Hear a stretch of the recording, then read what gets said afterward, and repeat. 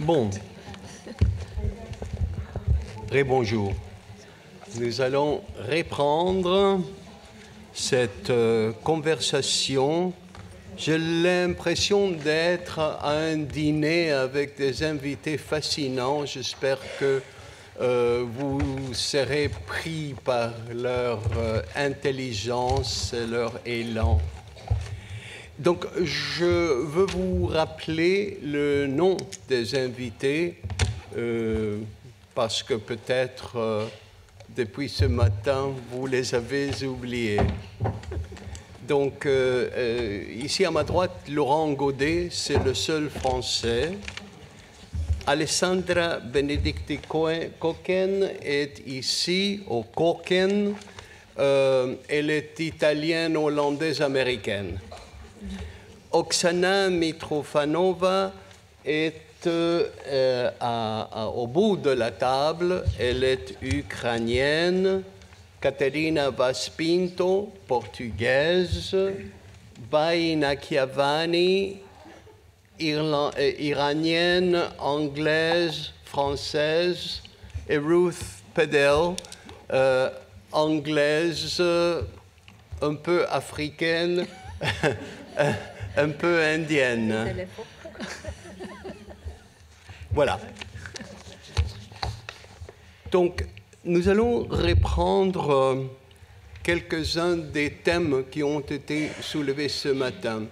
Je vous rappelle que nous ne pouvons pas arriver à une réponse à la question « Qu'est-ce que l'Europe ?», mais nous allons la contourner et nous allons apporter certaines idées qui pourraient nous aider peut-être à définir un peu cette idée importante que nous utilisons tous les jours, mais qui est très difficile à cerner d'une façon exacte.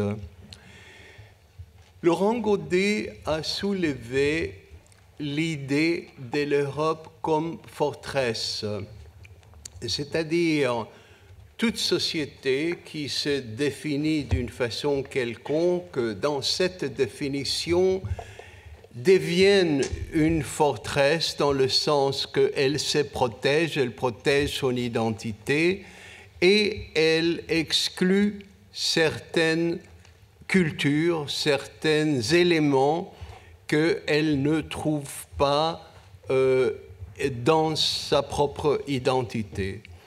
Mais cette inclusion et cette exclusion est très fluide et très difficile à maintenir, surtout qu'au cours de nos histoires, nous avons vu que dès qu'une société se referme, exclut le contact avec le monde extérieur, elle risque de mourir.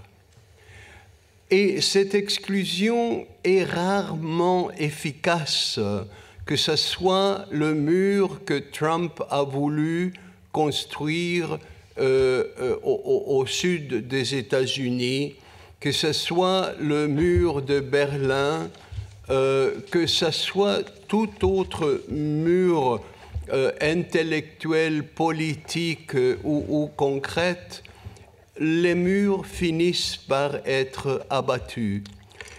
Dans la légende d'Alexandre, au début du Moyen-Âge, on raconte que quand Alexandre a entamé sa conquête du monde, il est arrivé en Inde et il était confronté aux hommes-chiens, des hommes qui avaient des têtes de chiens. Donc c'est l'étranger par excellence, c'est l'autre par excellence, et il a voulu exclure ces hommes-chiens de ce qu'il comptait être son empire. Or, il s'est trouvé, selon cette légende, que ces hommes-chiens connaissaient certaines choses dont Alexandre avait besoin, notamment dans le domaine de la médecine, mais aussi dans le domaine militaire. Donc, nous avons toujours besoin de l'autre parce que, comme nous disait Ruth Bedell, nous ne pouvons pas nous connaître sans connaître l'autre et pas connaître l'autre sans nous connaître. Donc la notion d'empathie que nous a été décrite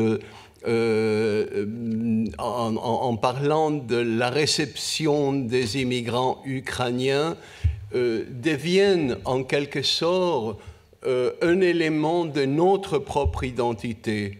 Nous parlons de les autres et nous autres, et ces identités commencent à se mêler.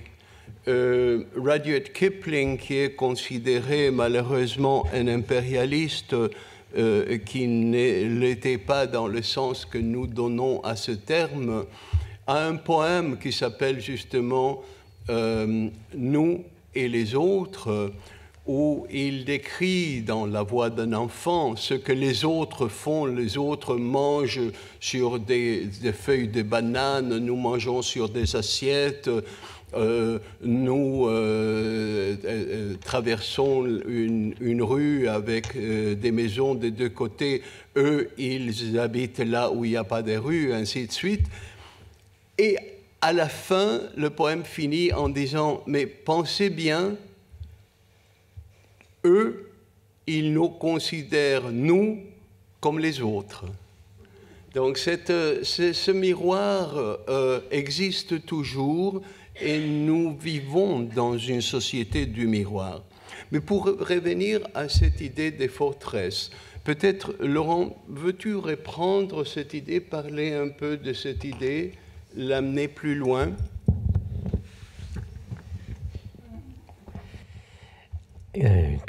Rebonjour à tous, ou bonjour à ceux qui nous rejoignent. L'idée de la forteresse, c'était une...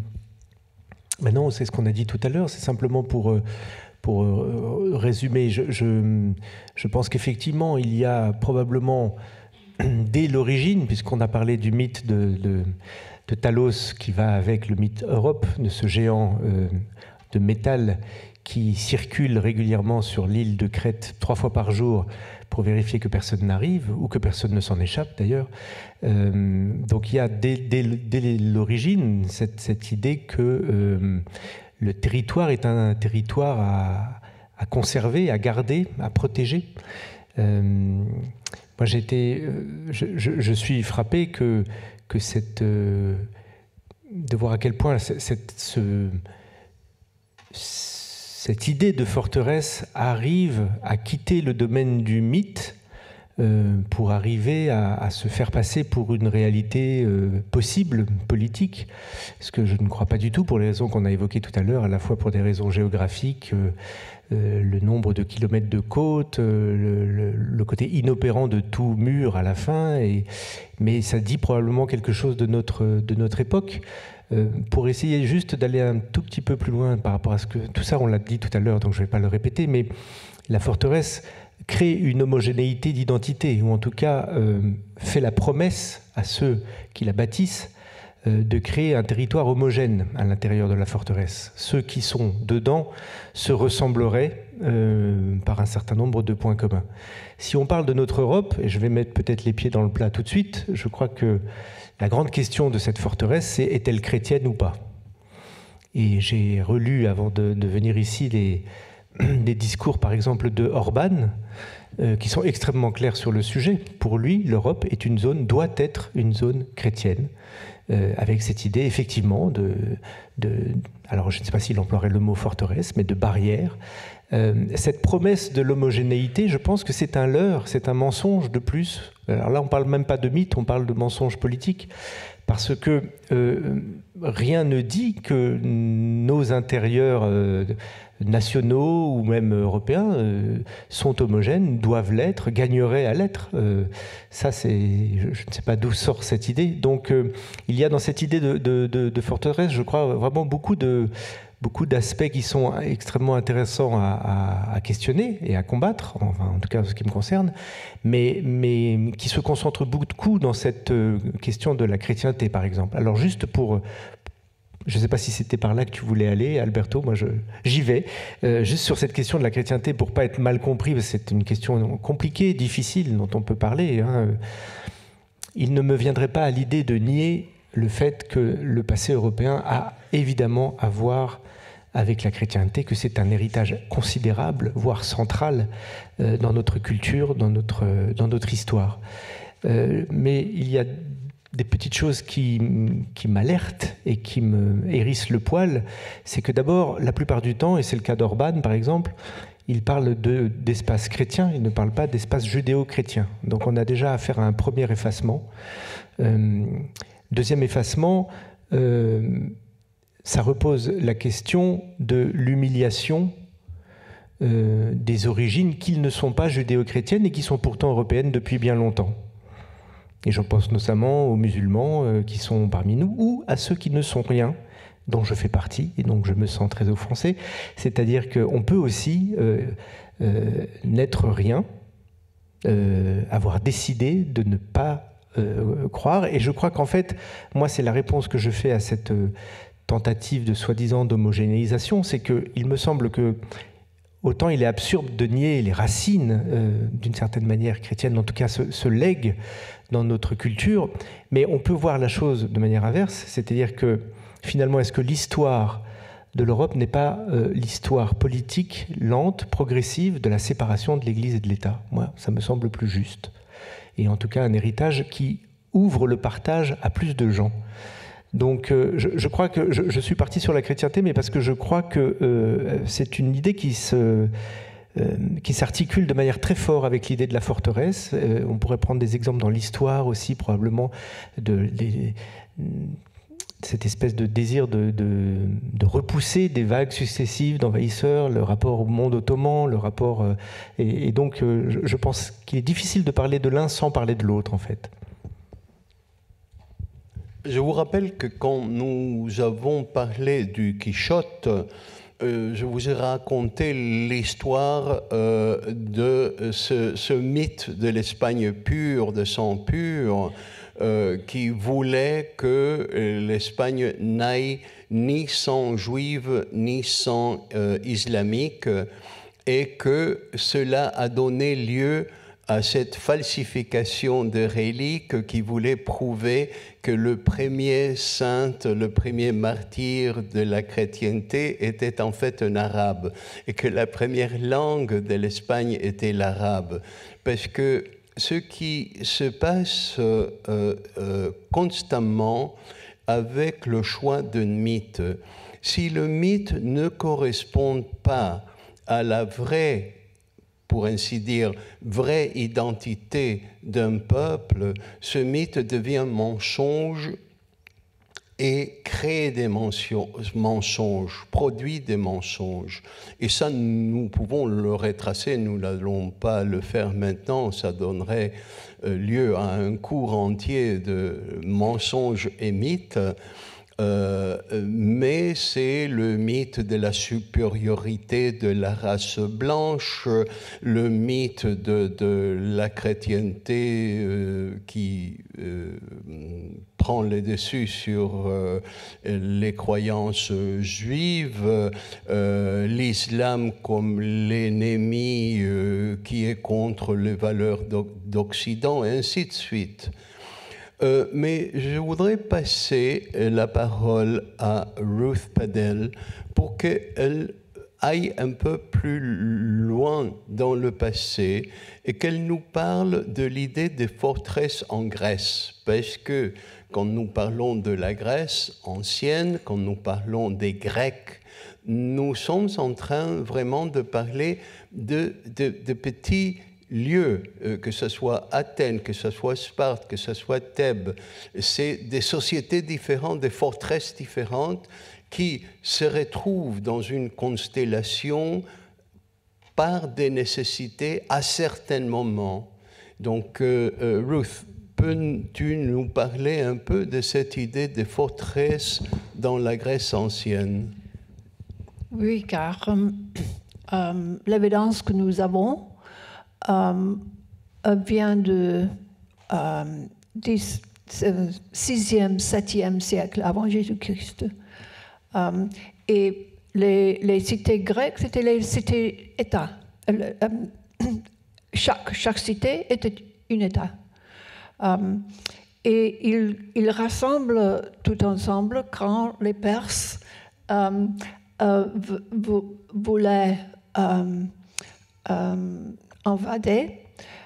Et les Athéniens ont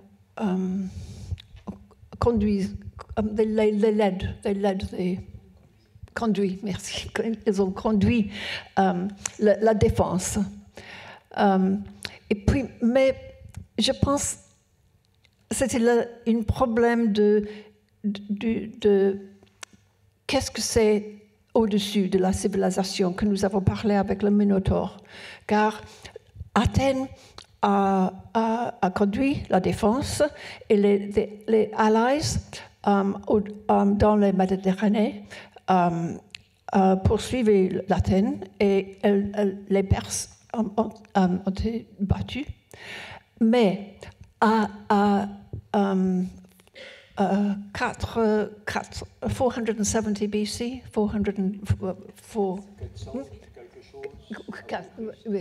417 avant Jésus-Christ, il y a une démocratie, tout va bien, et graduellement, l'Athènes a changé à un empire. Et tous les monnaies, l'argent que les alliés ont donné pour défense contre les Perses est devenu une tribu. Et puis, je veux parler à l'île de Lesbos, car Lesbos, Mytilène, a voulu être libre de cette tribu à Athènes. Et les Athéniens ont décidé de massacrer tous les hommes et enslaver toutes les femmes. Et ils ont envoyé un bateau pour conduire cette massacre. Mais la prochaine jour, les Athéniens ont une autre assemblée et décidé de ne pas massacrer. Et ils ont envoyé un autre bateau. Et le massacre Empêcher le massacre. Non, empêcher, to stop it, préventer le massacre. Et puis, à Lesbos, c'était l'historien Thucydide, c'est un très, très important débat éthiquement, car c'est le Mytilène debate. Et le political opportunisme versus la pitié, la merci. Mais 10 années après, une autre île, Milos, a décidé d'être libre de la tribu et l'Athènes a massacré tous les hommes et enslavé toutes les femmes. Et Athènes a devenu pas démocratique, a devenu un empire et l'opportunisme politique a gagné. Je voudrais que tu ajoutes à cela, parce que nous parlons d'une société comme forteresse, que Athènes limite le nombre de citoyens qui peuvent être athéniens. Donc, si tu peux nous parler un peu de ça, pas de femmes, pas d'esclaves, il y a un nombre possible de citoyens. Donc, ça définit l'intérieur de cette forteresse qui ne peut pas contenir tout le monde. Oui, c'est ça. C'est un système de classe hiérarchique.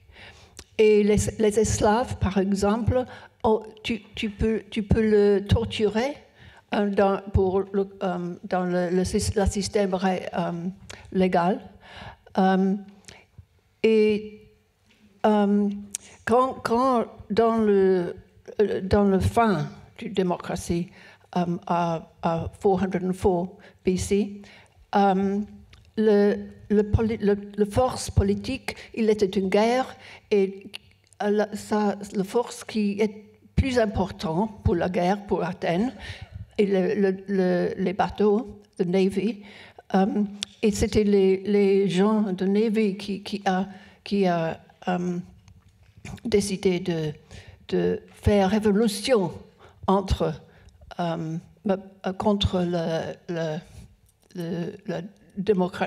force démocrate. C'était très, très difficile, mais c'est une tragédie. Et l'histoire d'Athènes est une tragédie elle-même. Et ça me mène à une question très difficile que je voudrais poser d'abord à Oksana. Athènes se voit comme une société idéale et pour la gérer, met des limites à cette société que, du point de vue éthique du XXIe siècle, nous considérons injustes contre les femmes, contre les esclaves, contre les étrangers, et ainsi de suite. Mais nulle société peut contenir un nombre infini de citoyens. Donc, devant la tragédie de l'Ukraine, devant le flot d'immigrants, comment pouvons-nous, dans une société qui est celle qui reçoit les réfugiés, comment pouvons-nous gérer ce flot?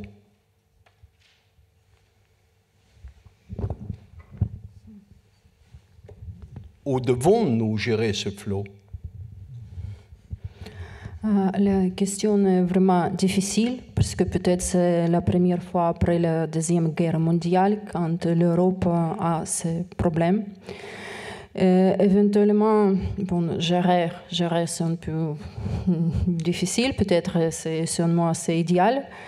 Je pense que gérer idéalement, on n'arrive pas. On n'arrive pas parce qu'on va avoir beaucoup de problèmes. Ensuite, éventuellement, le défi devant les pays européens sera différent pour la Pologne, par exemple, et pour la France. Bon, gérer du point de vue de qui? Par exemple, si c'est gérer du point de vue de la Pologne, admettons, mais en Pologne, il y a 3,5 millions de réfugiés qui sont entrés, 3,5 millions. En France, quand même la France, c'est le pays qui est plus grand et plus riche que la Pologne, les réfugiés, c'est peut-être 70 000 à peu près, ou 80 000. Le défi est différent. Donc, si c'est la réponse d'un pays exact, et surtout qu'on ne peut pas attendre la décision de l'Union européenne, on ne peut pas attendre l'argent de l'Union européenne. Pourquoi? Parce que les réfugiés ont commencé d'arriver tout de suite après la guerre. Et ces réfugiés, il faut au moins, au début, il faut les nourrir, il faut les loger. Donc du coup, je pense que d'abord, c'est plutôt le peuple qui a réagi. Donc, le peuple des pays européens qui est devenu très accueillant. Ce que j'ai vu en Roumanie. Donc, en Roumanie, c'est les volontaires qui m'ont rencontré. C'était pas, on peut dire, la structure étatique, mais c'était des volontaires. La même chose en France.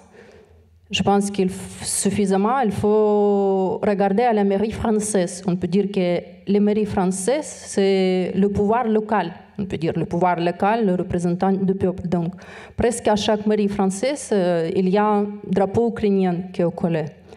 Mais le drapeau, c'est un symbole. Mais il ne faut pas oublier qu'il y a beaucoup de mairies françaises, on accumule aide humanitaire pour les Ukrainiens. Et beaucoup de camions qui partent des mairies françaises en Ukraine, on peut dire que c'est l'aide directe de la part de la peuple. Donc, quand on parle des réfugiés, peut-être on a un peu oublié de souligner le rôle de tous les citoyens européens qui sont très solidaires. Tout à coup, les peuples européens, donc les peuples européens différents, sont devenus très, très solidaires avec des Ukrainiens. Ensuite, bien sûr, c'est qu'il s'agit de financement. Il y a quand même le financement de l'Union européenne qui est mis en place, qui sera mis en place. Mais ça peut pas être, on ne peut pas faire ça assez rapidement. Donc, il faut attendre. Donc, du coup, peut-être la réponse doit venir et de structures bureaucratiques, oui, bureaucratiques de l'Union européenne, parce que c'est quand même les questions de financement, c'est les questions de l'aide militaire, parce que c'est qu'il s'agit de l'aide militaire à l'Ukraine, il s'agit de l'OTAN.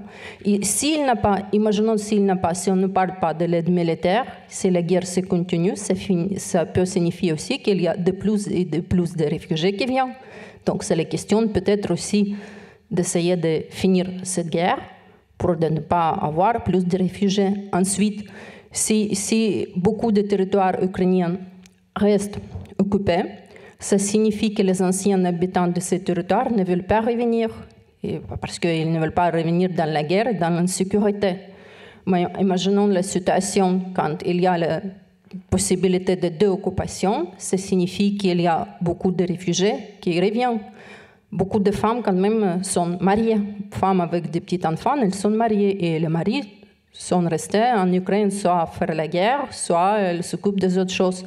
Donc, du coup, quand la situation devient beaucoup plus calme, beaucoup de réfugiés reviennent en Ukraine. Ça n'exclut pas, bien sûr, le fait que certains ils peuvent rester, pour certaines catégories, mais beaucoup reviennent. Voilà, donc la conclusion, selon mon point de vue, mais c'est quelque chose assez subjectif. Il faut essayer de réunir les efforts et de la part de la bureaucratie européenne, mais aussi il ne faut pas nier la possibilité des peuples de ces pays européens. Et peut-être aussi il ne faut pas oublier quand même que dans le pays démocratique, c'est au peuple d'influencer le pouvoir. Et je pense si le peuple, donc, et les Français et les autres citoyens du pays de l'Union européenne ont resté indifférentes à l'égard de l'Ukraine, peut-être la politique d'aide du gouvernement était différente. Voilà. Merci. Nous sommes en train de traiter le thème de cette, appelons ça, générosité envers l'étranger, qui semble être une caractéristique européenne, au moins formellement. Nous disions que dans la Grèce ancienne, c'était une qualité d'une société civilisée. Mais est-ce qu'il y a des limites à cette empathie?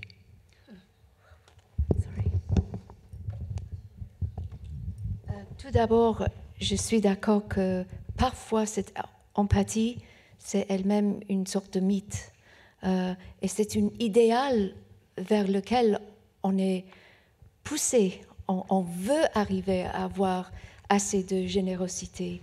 Et je crois, juste en parenthèse, il faut toujours ne pas oublier que nous parlons la plupart du temps comme si les faits sont un événement qui est tout fini et concrète, mais c'est un processus. Donc, c'est beaucoup plus facile de penser à ces choses dans un état de fluidité.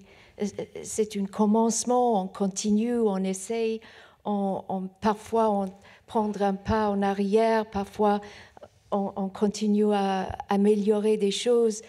Il faut n'oublier pas que même l'idée de la générosité est un idéal qui doit évoluer avec nous dans nos sociétés.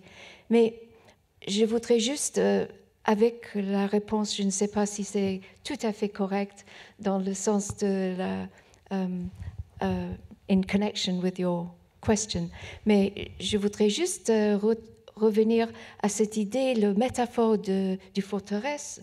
La forteresse est un endroit limité. Il y a des murs, il y a quelque chose de très étroit. Même les fenêtres sont toutes étroites. Il y a un portail qui peut être enlevé. Je ne sais pas comment on dit ça en français. Soulevé, oui. Soulevé, mais le drawbridge, l'idée de... pour lever. Oui, voilà. Donc, il y a tous ces détails qui sont liés à l'idée de la forteresse. Et il y a une autre aussi que vous avez déjà mentionné, ça c'est la mort qui suit l'enfermement d'une société. Et parfois, nos forteresses sont les endroits où on a beaucoup de faim, parce que c'est la famine, c'est les sieges. Oui, Donc, les sièges. les sièges. Donc, l'histoire des forteresses ne sont pas toujours heureux. Et je suis d'accord que c'est un grand défi pour savoir quelles sont les limites qui peuvent être à l'intérieur, qui peuvent être à l'extérieur. Mais comme toutes les autres choses liées à nos idées militaires ont changé dans notre époque, comment on peut imaginer qu'un mur peut arriver à résister l'attaque? Parce que ça descend de ciel, dans Covid, ça descend même avec le souffle. Donc, c'est impossible de créer des forteresses contre l'invisibilité de nos vrais ennemis.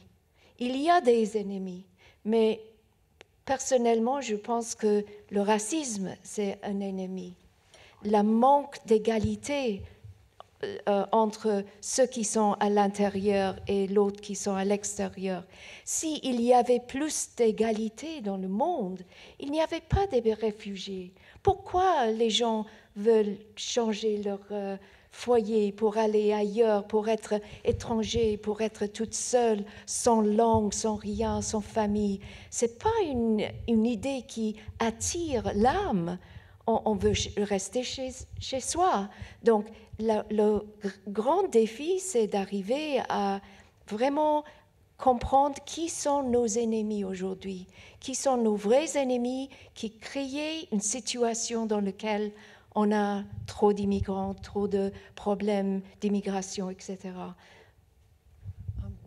Une autre question est le climat et l'environnement et les relations entre l'humanité et l'environnement.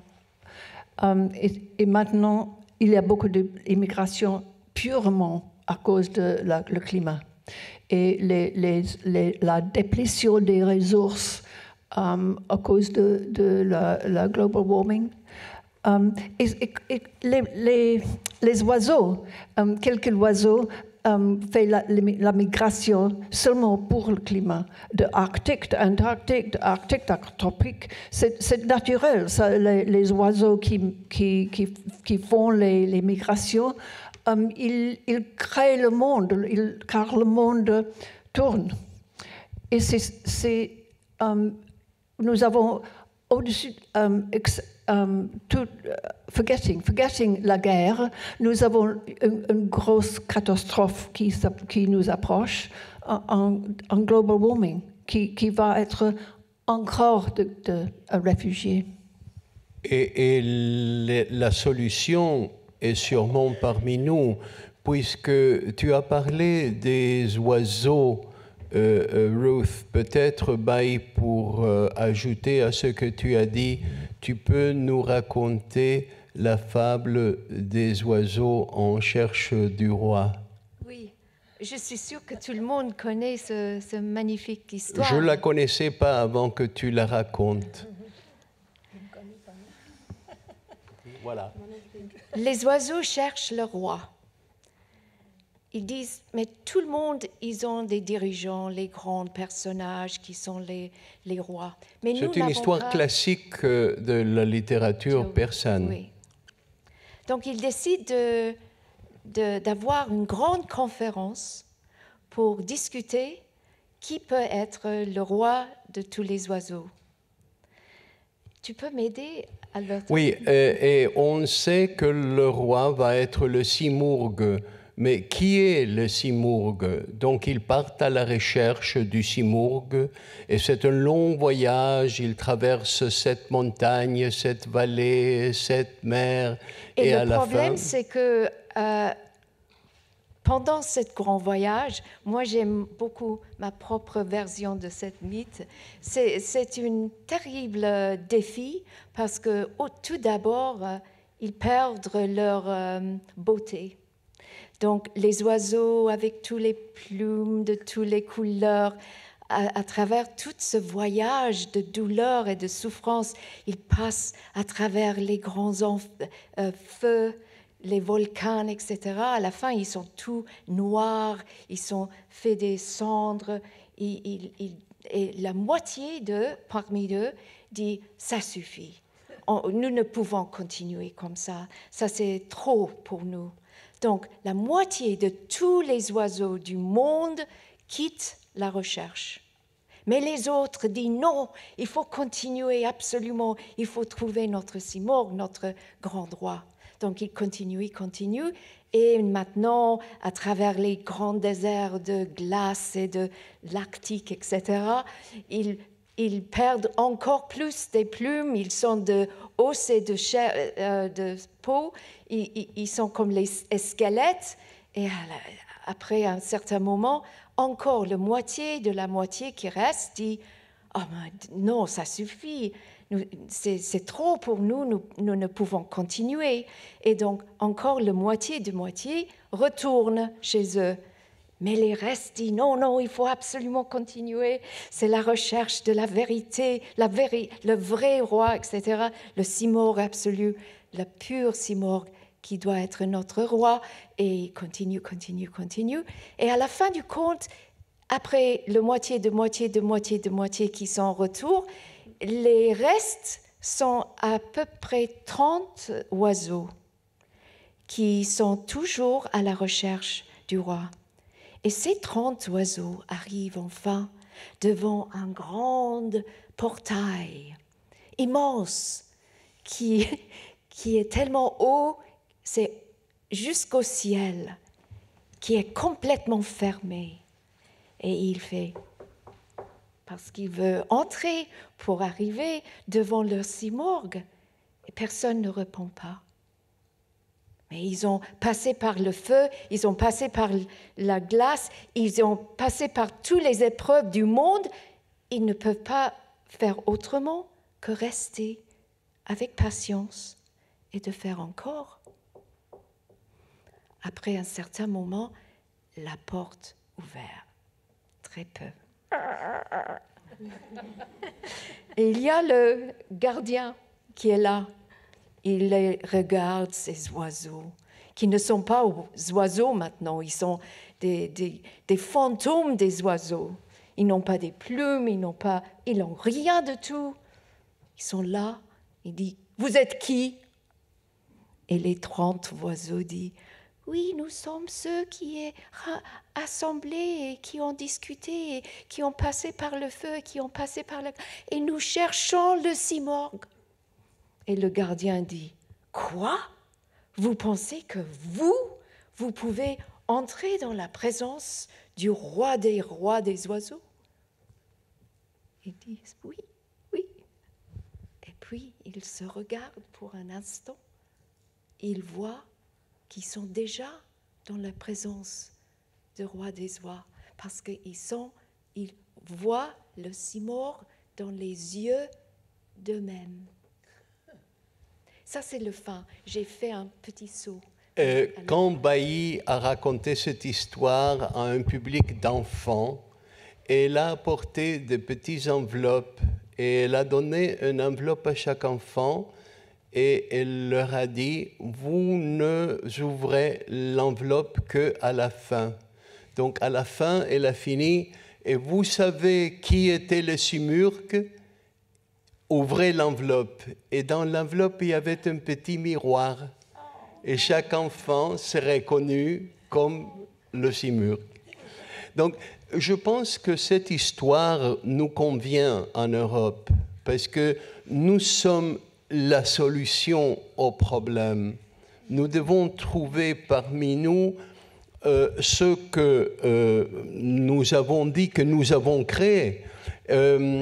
Pendant les manifestations des immigrants du Caraïbe en Angleterre, à Brighton, il y a plusieurs années. Et il marchait avec des panneaux où il y avait écrit « We are here because you were there ». Cette raison est si claire. Il n'y a pas d'autres. C'est nous qui étions les autres quand nous sommes allés là, et c'est les autres qui sont devenus nous quand ils sont venus ici. Donc, Katharina, tu as beaucoup travaillé sur des fondations culturelles, sur le problème des bibliothèques, d'éducation. Il y a une idée que la solution à tous ces problèmes peut-être est justement dans l'éducation, dans la culture. Peux-tu nous parler un peu de ces entreprises ?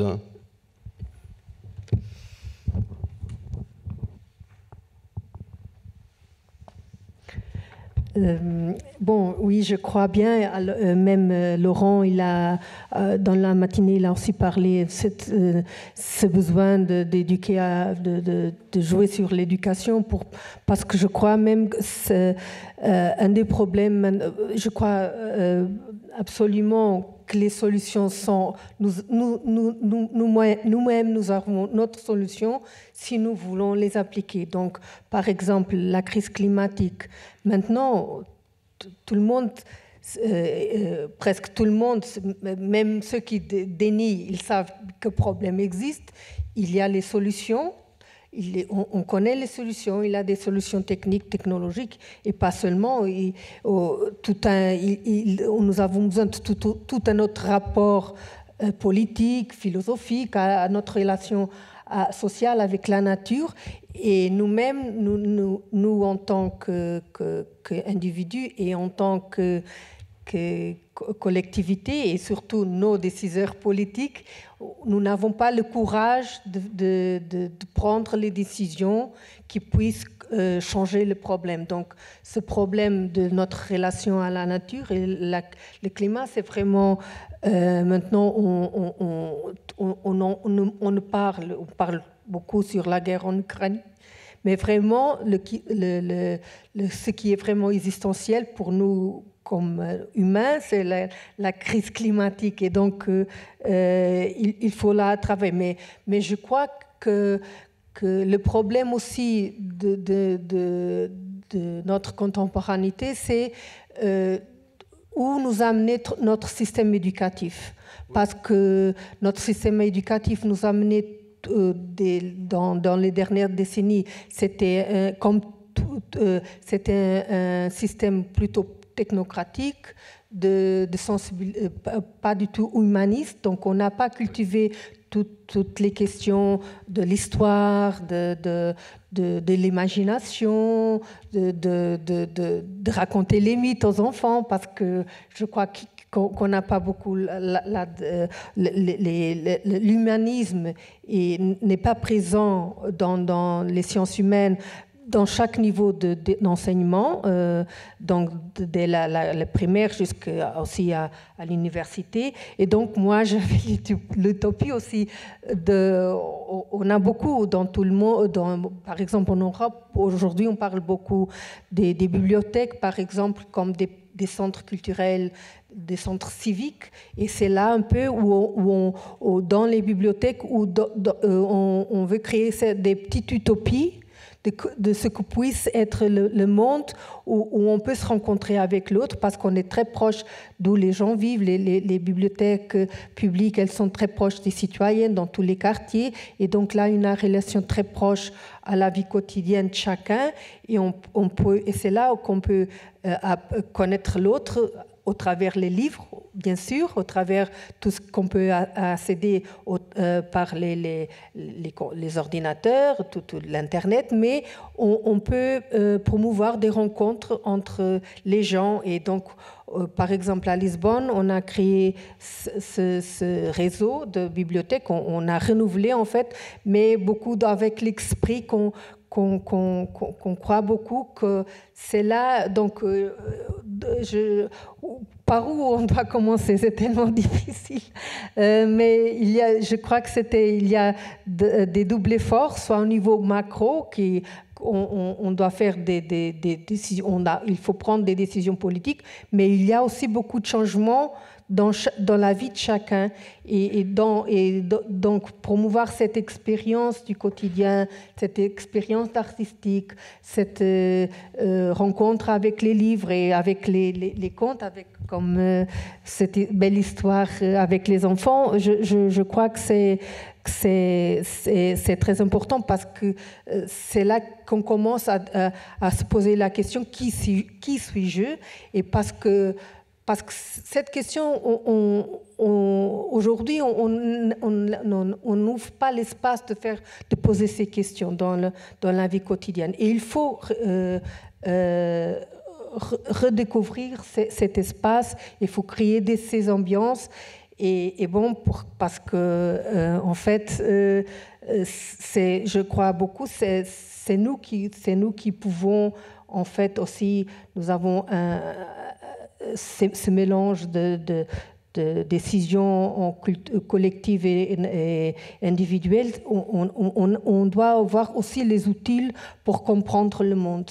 Et l'expérience artistique, ça peut aussi nous ouvrir ces portes.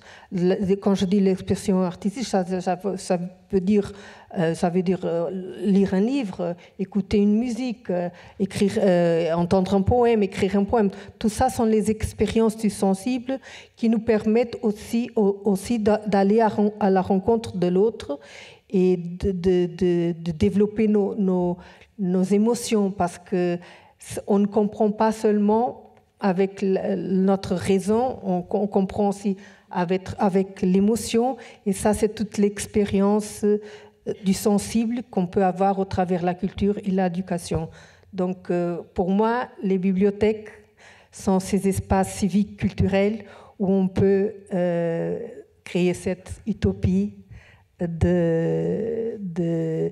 d'éduquer pour une citoyenneté plus empathique et plus ouverte vraiment à l'autre.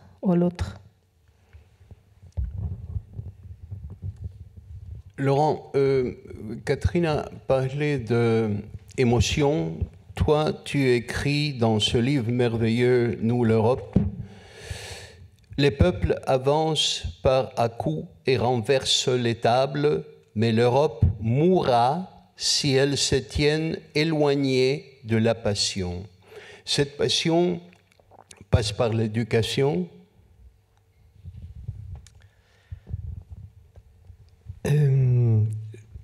Je dois juste peut-être expliquer en 3 mots.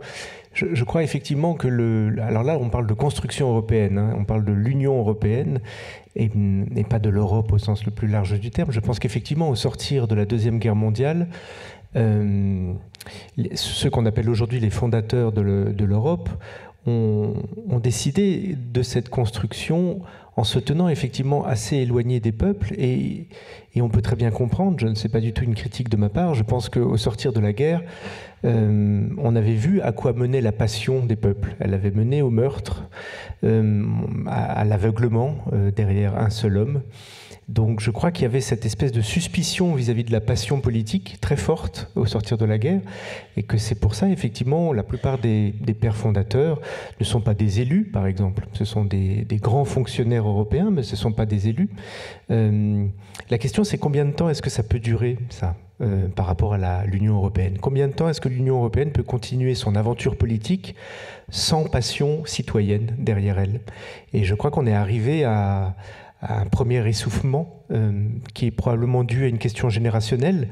Pendant longtemps, pendant 2 générations, la question de la paix a été tout de même un énorme acquis mis au profit de l'Europe. On reconnaissait à l'Union européenne de nous proposer depuis au moins 2 ou 3 générations la paix. D'abord, ensuite il y a eu la guerre en ex-Yougoslavie qui a mis un premier coup de couteau dans cette espèce de foi en la paix. Et puis surtout, il y a une nouvelle génération qui arrive et qui peut-être prend cette paix-là comme acquise et a besoin d'un autre serment, d'une autre utopie plus forte, probablement à chercher, à mon avis, mais ça c'est personnel, du côté de ce qu'on pourrait appeler ou une fraternité ou ce que les anglo-saxons appellent le care, prendre soin des siens, prendre soin de tous, une égalité du traitement. Je pense que le virage va se faire là. C'est très injuste parce que l'Europe continue à nous offrir la paix, mais je pense que ça ne suffit plus. Il faut ajouter une deuxième utopie, si je puis dire, ou en tout cas un deuxième projet plus exaltant, et celui de la fraternité ou de l'égalité est certainement extrêmement important, sans quoi effectivement de plus en plus d'Européens vont se désolidariser de cette aventure en la considérant sans passion. Encore une fois, l'absence de passion à l'origine, moi, je le comprends très bien. Je pense, vous savez, qu'il y a une comparaison à faire. Enfin bon, non, je vais me perdre. Alors, est-ce que c'est l'éducation qui va passer, qui offrira ça? Certainement, mais peut-être pas uniquement. C'est-à-dire que je crois que, malheureusement, ce sont les crises qui nous ramènent à ce à quoi nous tenons. Et je crois qu'on le vit en ce moment avec la guerre en Ukraine, on l'a vécu avec le Covid. Ce sont aussi ces moments de vacillement, de vertige, de peur, qui nous font réinvestir des questions fondamentales. Qui sommes-nous? Mais au sens, qui nous voulons nous être? À quoi est-ce qu'on tient? Qu'est-ce qu'on n'est pas prêt à abandonner parce que sinon ce serait se dénaturer? Toutes ces questions fondamentales qu'on ne se pose pas en période calme et que là peut-être on se repose de manière forte. C'est ces questions-là qui peut-être amèneront un petit peu de passion. Je pense que on voit aujourd'hui avec l'attaque russe sur l'Ukraine à quel point la question de la liberté redevient centrale pour chacun d'entre nous, parce qu'on a sous les yeux des gens à qui la violence est imposée. Et la question de la liberté s'est beaucoup posée aussi avec les contraintes sanitaires dues à l'épidémie de Covid. Je pense que, je vais finir avec ça, c'est un petit peu d'optimisme. J'ai des enfants qui sont adolescents, on va dire, et qui donc font partie d'une génération qui avait connu la construction européenne dès le début, qui avait connu l'absence de frontières entre la Belgique, l'Espagne, l'Italie et pendant quelque temps l'Angleterre, mais pas tout à fait. Et pour eux, la première fois de leur vie où tout d'un coup il y a une contrainte aux frontières, c'est la pandémie et le Covid. Pour la première fois, ils ne peuvent pas faire ce qu'ils veulent dans la zone européenne, aller dans le pays voisin sans avoir des papiers, des autorisations.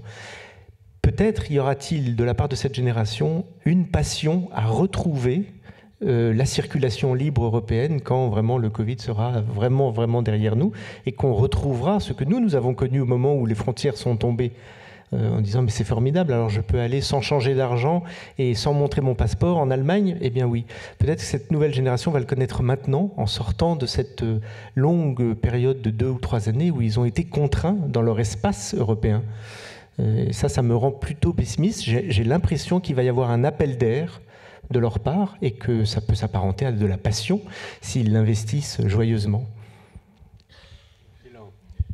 Je vais revenir à toi dans 2 minutes pour parler de la géographie européenne, mais je voudrais demander à Alessandra si aux Pays-Bas on ressent la même chose, c'est-à-dire la génération des adolescents ont ressenti que pour la première fois, ils avaient des frontières.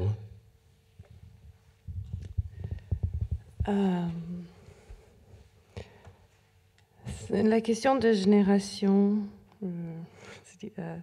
oui, tout à fait. Ce que Laurent, vous venez d'invoquer, ça a été très fort aux Pays-Bas. Mais moi, je voudrais enchaîner de cela sur un concept critique, Alberto, que vous aviez invoqué au début, le cui bono. Et à qui est-ce que ça bénéficie et comment est-ce qu'on se voit en relation en tant qu'Européens avec d'autres? J'ai le droit de poser une question ou entre nous. Pour combien d'entre nous est-ce que la crise de l'environnement est directement liée au colonialisme. Donc, au musée où je travaille sous l'égide de quelqu'un de merveilleux qui s'appelle Wayne Modest. Et il a eu une grosse bourse de l'Europe pour s'interroger sur comment la crise de l'environnement est liée directement au colonialisme. L'exemple le plus efficace, c'est la plantation et amener beaucoup trop de gens, les personnes kidnappées qui sont devenues des esclaves ou des personnes en esclavage, dans des îles où il y avait pas beaucoup de monde et ces îles n'étaient pas censées avoir tellement de monde et aussi être complètement rasées. La même chose a eu lieu en centre de l'Afrique. Et donc, comment est-ce qu'on peut... C'est trop violent, je pense, d'affronter le fait que le colonialisme a tellement à faire. Et quand vous avez parlé, Bailly, de Prométhée, au fait, cette idée de progrès, c'est ce qui nous tue en ce moment. Et juste pour l'amener au présent, ou pas si loin du présent, mais ça, c'est Larry Summers, qui gérait le World Bank, qui a été le président de Harvard pendant des années. Je pense que la logique économique derrière se débarrasser d'une énorme quantité de débris toxiques dans le pays le plus pauvre est impeccable et on devrait en faire face. J'ai toujours pensé que les pays en Afrique sont vastement sous-pollués. Leur qualité d'air est, comparée à Los Angeles, beaucoup moins. Entre vous et moi, c'est dans un email, la Banque mondiale devrait être en train d'encourager plus de migration de dirty industries dans les least developed countries. Ça, c'est 91. Donc pour moi, je m'énerve, je suis triste quand j'entends les histoires de Oksana. Je pense que ce qui est le plus difficile en Europe, c'est que les histoires que vous venez de nous raconter après le déjeuner sont d'une telle violence. Comment est-ce qu'on peut rentrer en contact avec l'autre après une telle violence? Et comment est-ce qu'on peut construire une société en Europe, aux États-Unis, quand, peut-être moi je ne l'ai pas fait, mais mes ancêtres l'ont fait, ma blancheur l'a fait, et ce n'est pas la culpabilité, mais c'est l'implication. Et je pense que comment est-ce qu'on peut être plus impliqué pour voir le tout ensemble. Donc, c'est l'éducation de qui qu'on va faire dans ces écoles. Comment est-ce qu'on va enseigner l'environnement à des enfants? Et ce sont vraiment des crises de narration. C'est très difficile, mais I don't know. La première question, je ne sais pas ce qu'elle était, mais je pense que ce sont des choses très sérieuses. Ah oui, le cui bono. C'est-à-dire, si c'est seulement pour les Européens et les jeunes qui voyagent entre... ouais, c'est génial de pouvoir aller en Italie sans montrer ses papiers. Mais au coût de qui? Au coût des Africains à qui pendant des années, on a laissé des toxic industries. Donc, je pense qu'il y a un manque de conscience de cette vrijheid aux Pays-Bas. C'était au prix de quelqu'un pendant des décennies. Et ce n'est pas la faute de ces jeunes, ce n'est pas la faute de nos enfants, ce n'est pas la faute de mes étudiants, mais ils y sont impliqués. Et comment est-ce qu'on arrive à ranger cette implication, c'est Rothberg qui parle de ça, dans nos narrations et dans nos éducations? Je ne sais pas. Merci. C'est évident, nous avons parlé de cela, qu'il nous faut d'autres narrations, il nous faut d'autres mythes pour avancer. Il était un peu inutile de faire un mea culpa parce que ça ne bénéficie personne. Ça soulage notre conscience peut-être, mais ça n'aide pas les victimes du passé, les victimes du présent. Il faut changer l'histoire que nous racontons. Il faut trouver d'autres mythes. Le mythe d'Europe, nous approchons peut-être là encore à une histoire qui n'est pas celle de l'enlèvement de la princesse. Une partie de ce mythe que nous associons avec l'Europe, c'est la Méditerranée. Et je veux poser la question parce que, évidemment, si nous imaginons sur la carte l'Europe, nous voyons bien que le continent est entouré de 3 parties de la mer. Évidemment, la Méditerranée, mais aussi l'Atlantique et la mer du Nord. Pourquoi est-ce que l'Europe est ancrée dans cette Méditerranée et pourquoi nous ne considérons pas dans notre imaginaire ces autres mers comme identifiant l'Europe? Pour le Portugal, c'est vrai, c'est l'Atlantique. Pour les pays scandinaves, pour l'Allemagne, c'est la mer du Nord. Mais nous associons l'Europe avec la Méditerranée. Et toi, Laurent, dans ton imaginaire littéraire, la Méditerranée est très présente. Mais oui, mais c'est parce que, alors on en revient à la question de l'identité, je peux vous répondre personnellement. En fait, je vais répondre à la question, je crois, mais c'est une énigme. À la question « Qui es-tu ?», comment est-ce que chacun d'entre nous va répondre ? Je suis prêt à parier que nous serons très peu, voire aucun, à dire spontanément « Je suis européen ». On peut dire je suis français, je suis anglais, je suis allemand, c'est un état de fait, c'est un état civil sur nos papiers, on n'a rien fait pour, c'est comme ça, on est né ici. On peut dire, moi je dirais assez volontiers je suis parisien, parce que c'est dans cette ville que je vis et que ça a un sens pour moi de brandir cette identité-là. Je pourrais surtout dire je suis de langue française, puisque comme je suis écrivain, ça me constitue certainement plus que bien des autres identités que je pourrais produire. Et effectivement, bizarrement, je dirais volontiers, je suis méditerranéen alors que je ne le suis pas, si on s'en tient à ma généalogie ou au sang qui coule en moi. Mais je suis méditerranéen par l'imaginaire, par la culture, par le goût, tout simplement, par les plats auxquels je rêve quand j'ai envie de manger, par les couleurs qui me font du bien, par les paysages que j'aime regarder. Je suis méditerranéen par les livres que j'écris et par, du coup, une forme d'identité. Je revendique totalement cette capacité à se décider de quelque part alors que l'arbre généalogique le dément.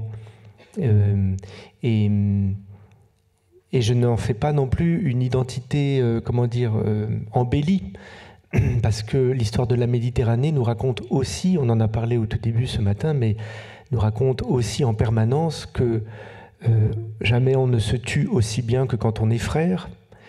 Et ça nous ramène peut-être aussi à ce que disait Oksana tout à l'heure avec beaucoup d'intensité sur la fraternité supposée entre la Russie et l'Ukraine et cette espèce de révolution copernicienne dont elle parlait en disant mais finalement c'est les Roumains qui nous accueillent alors qu'on nous avait dit que c'était les Russes, nos frères.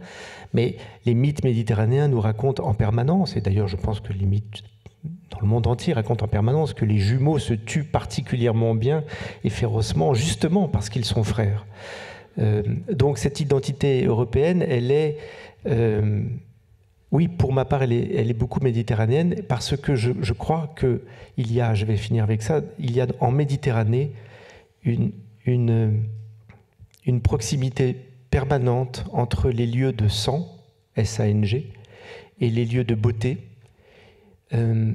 qui, je ne sais pas pourquoi, me trouble, me parle et m'aimante, en fait. Je ne peux pas dire que je trouve ça beau, mais je trouve ça... oui, il y a quelque chose d'une aimantation pour ces terres méditerranéennes dans lesquelles on s'est si souvent tué et dans lesquelles on a aussi si souvent construit du beau. C'est ce que j'ai essayé de résumer dans ce recueil de poèmes de sang et de lumière. Voilà, je crois que la Méditerranée, elle est faite de ça, de sang et de lumière, et que c'est une identité dont nous héritons. Et qu'est-ce qu'on fait avec l'Afrique du Nord? Pardon.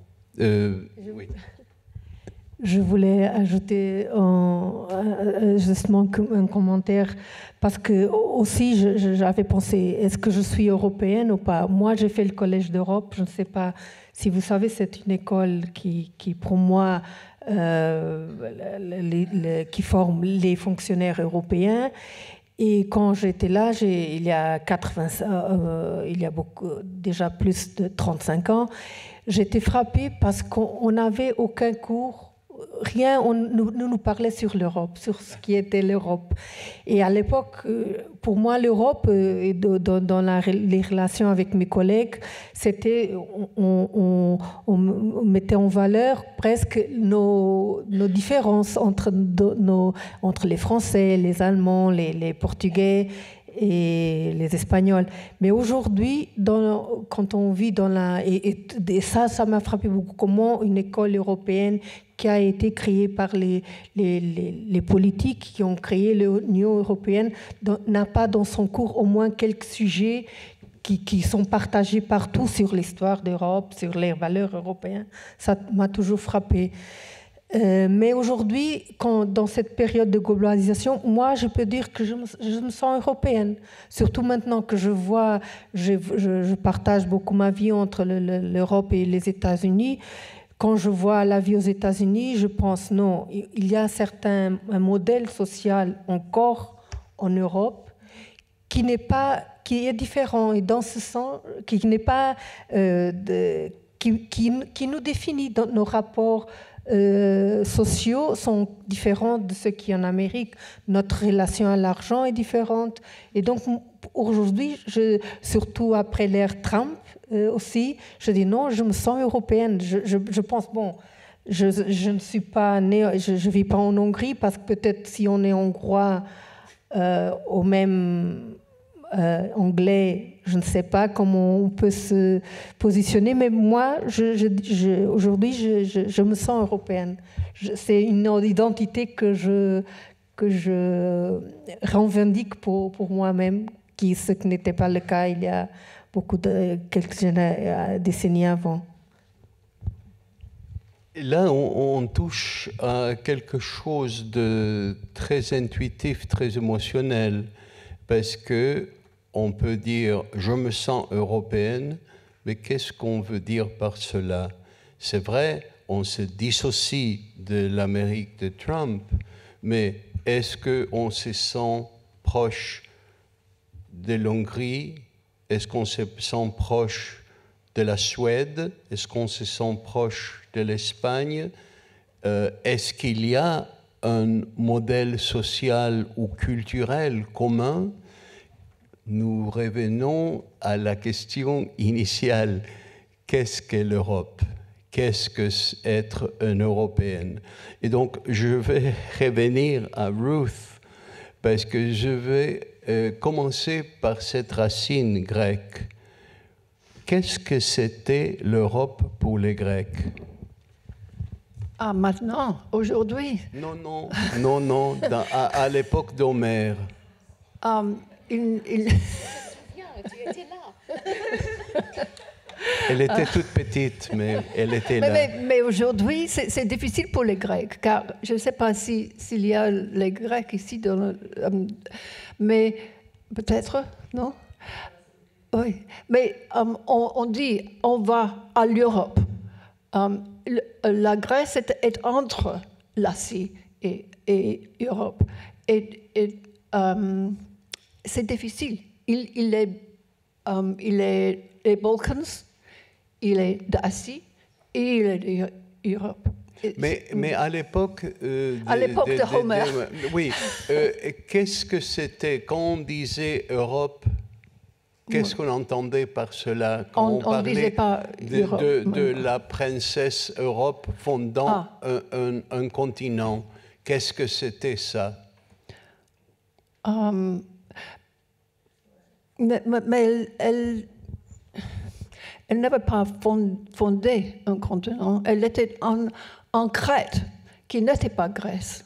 C'était une île entre l'Afrique et la Grèce. Et la Grèce, c'était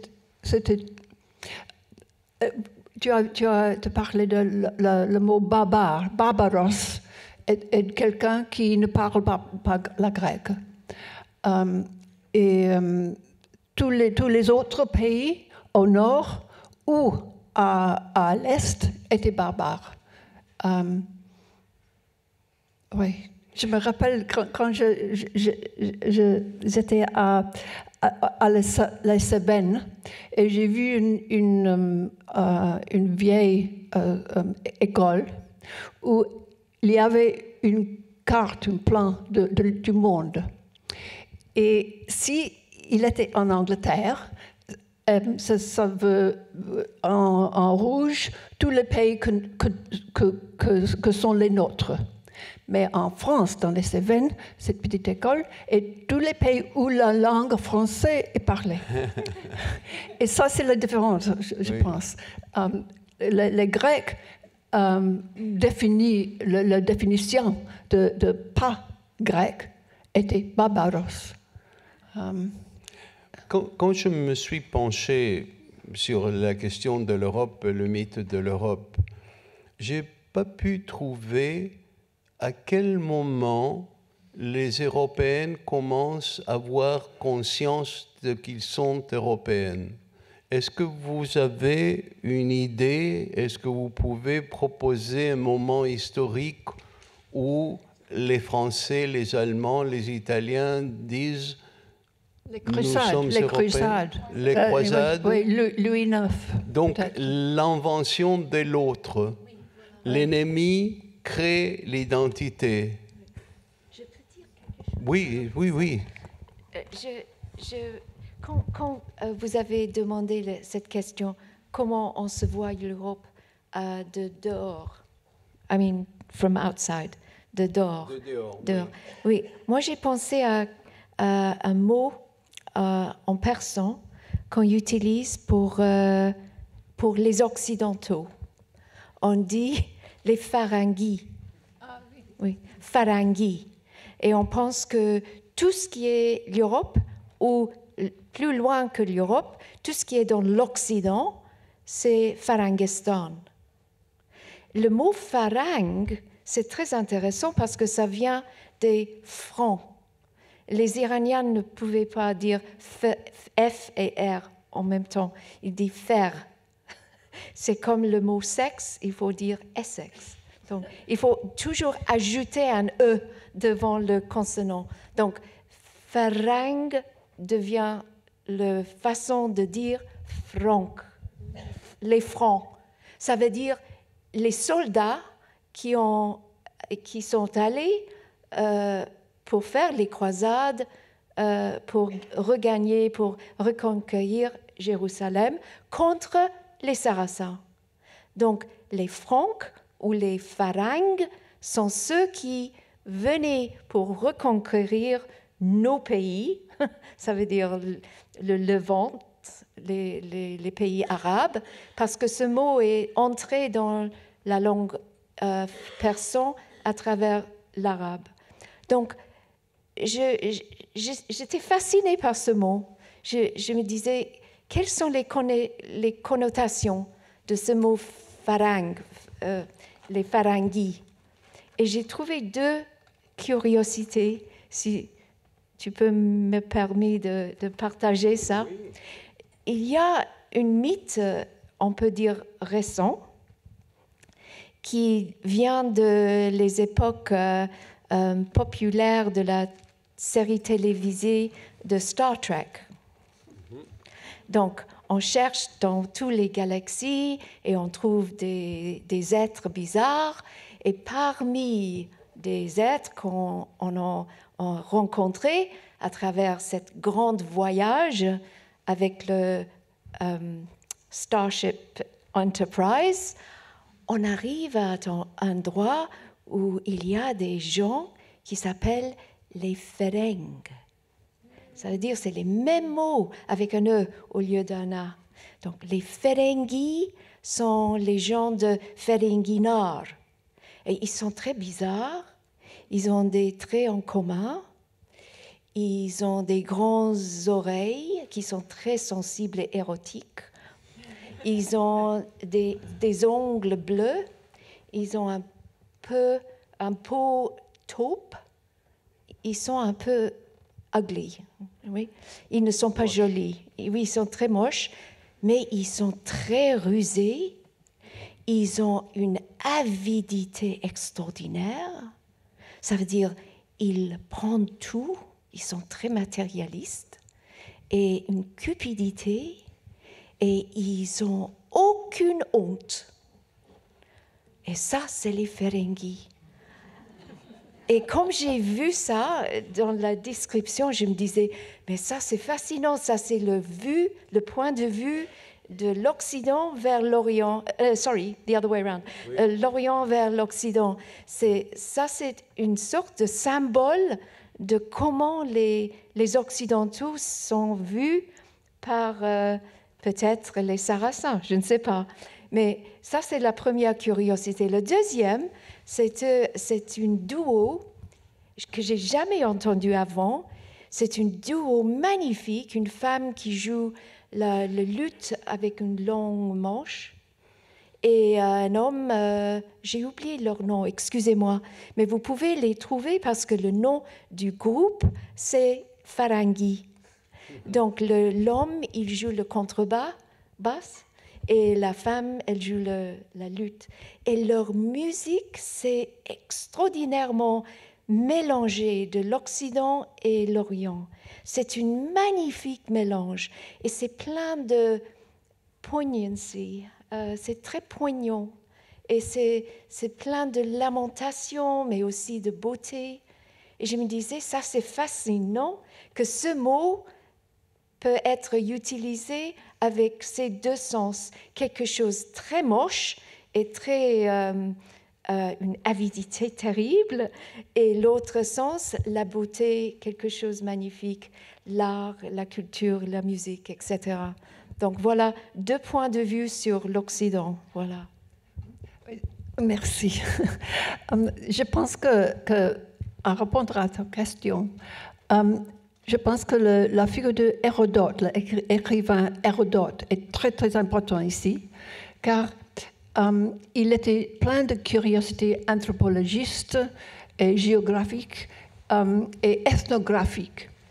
Et je ne me rappelle pas où, mais il a interrogé quelqu'un dans l'Iran.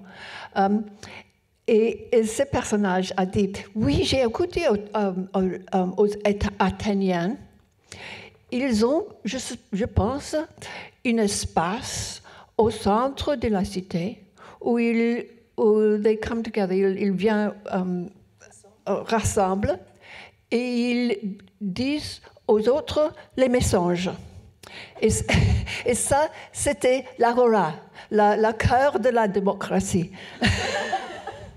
Mais je pense qu'il peut être aussi, devient être le théâtre. On va faire une pause d'une demi-heure pour que nos invités puissent aller prendre un peu d'air, un café, et vous aussi. On va se retrouver à 16h20, et là, on va continuer jusqu'à la fin. Nous allons approcher la question de qu'est-ce que l'Europe. J'espère que nous aurons quelques clés pour une réponse. Merci, à tout de suite.